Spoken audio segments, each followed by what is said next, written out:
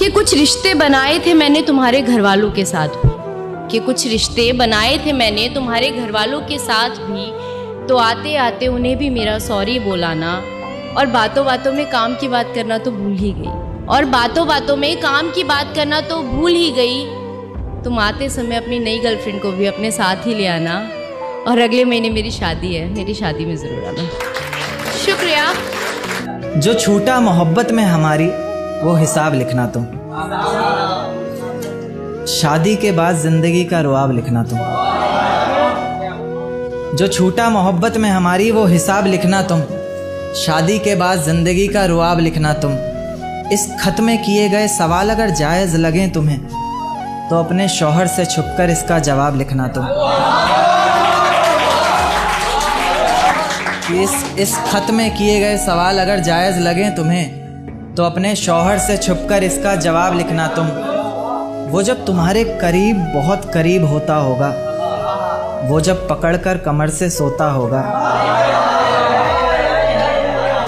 वो जब देखता होगा तुम्हारी आंखों में आंसू, क्या उनके बहने से पहले खुद रोता होगा? क्या उसकी छुअन से भी तुम्हारा बदन मचलता होगा, या जहन में सिर्फ मेरा ही ख्याल चलता होगा? अंधेरे में जब उसे देखती हो क्या मैं दिखाई देता हूँ? वो अचानक जब पुकारता है क्या मैं सुनाई देता हूँ? अच्छा, ये जो मेहंदी का रंग इतना गहरा है, आंखों पर आंसुओं का पहरा है, दुआओं में किसी और ने मांगा तुमको, किसी और के सर पर सजा सहरा है। खैर, जो किस्मत में लिखा था वो तो होना ही था। इतनी भीड़ में बिछड़ी थी तुम, जाहिर सी बात है खोना ही था। इतनी भीड़ में बिछड़ी थी तुम, जाहिर सी बात है खोना ही था। पर ताज्जुब की बात है कि खोकर भी दिखाई देती हो यार, तुम खामोशी में भी सुनाई देती हो। तुम खामोशी में भी सुनाई देती हो, और इस नज़्म को पढ़कर आँखों से जो बहे वो आब लिखना तुम। मुझे धोखा देकर जो जीता तुमने वो खिताब लिखना तुम।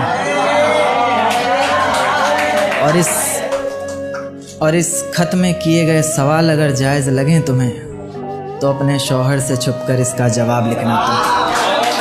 बहुत शुक्रिया।